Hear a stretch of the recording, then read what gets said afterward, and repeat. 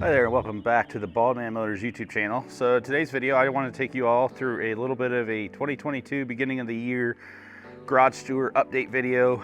What's going on with some of the vehicles I haven't uploaded here in a couple months, so it's time for me to get cracking and get back to the grind. So still have the 3 AMGs and have had various issues now with them, and so I'm going to get into a little bit more on that here in a minute.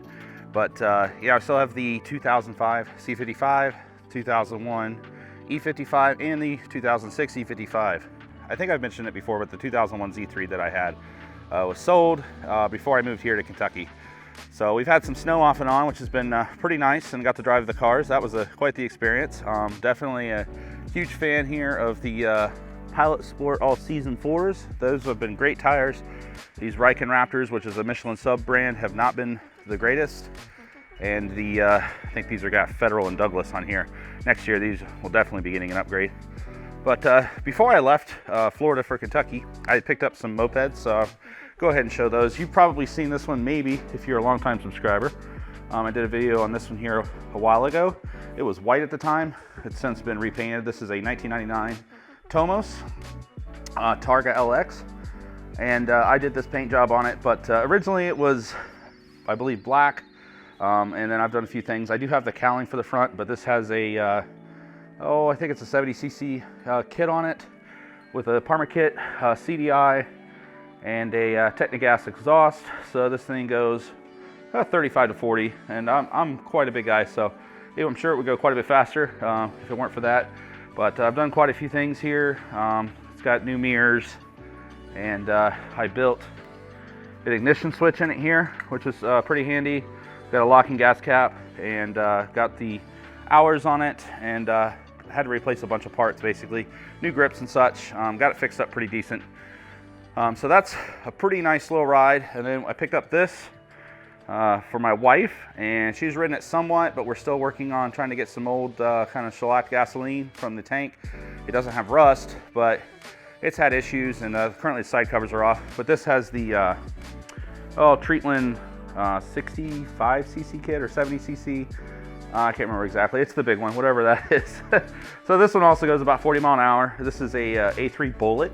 So this is the A3 motor, and we did the needle bearing upgrade for the connecting rod into the piston. This one here has a TECHNO, or let's see, what is it? TECHNO Bullet? I think it's called a TECHNO Bullet.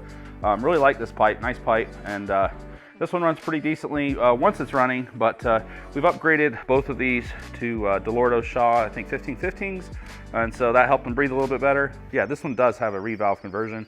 We replaced the clutches and such, so this is a nice little moped. Still needs some work, and got to work on getting the shellac because it eventually gums up the fuel filter. And then the other one that I got here, this is my 1976 Garelli Eureka Flex. I replaced the rear shocks with some heavy duty ones. It's got, all the mopeds have new tires and such. This one has a fresh paint job. Tried to kind of match the original paint job.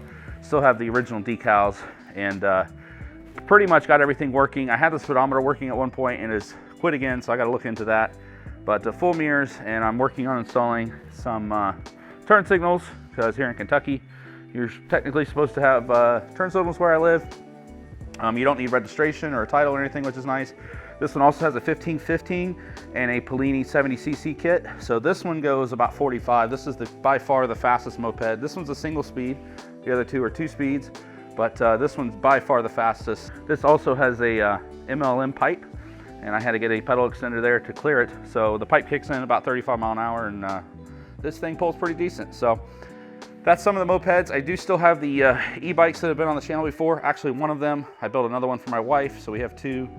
A 3 and a 4,000 watt e-bike. They both go about 40-45 miles an hour on 72 volt LiPo batteries.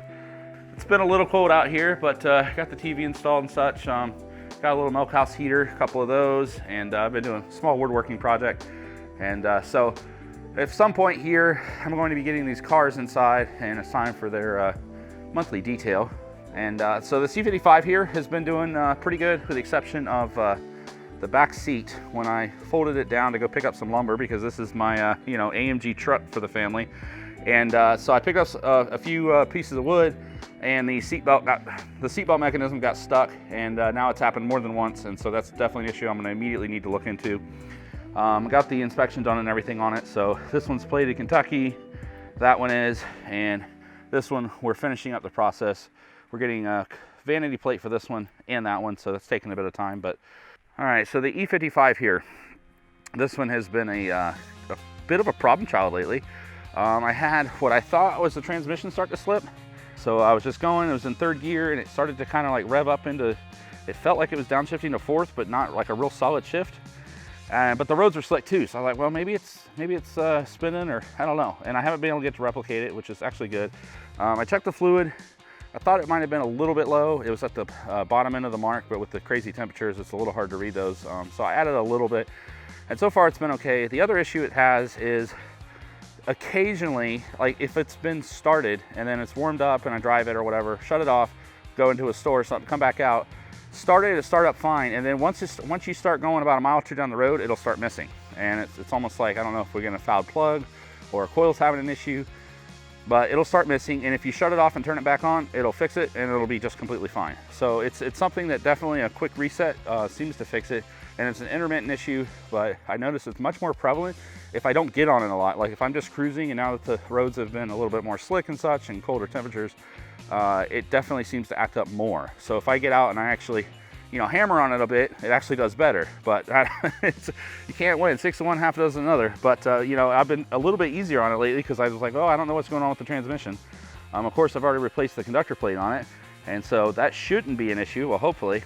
So I do need to get this thing hooked up though to the scanner and see if I have any like implausible shaft ratio speeds or something like that, and see what we can do. I think I'm using the CarSoft V12 system, so we'll see what goes on with that. And the C55 has been pretty great, save for an oil leak.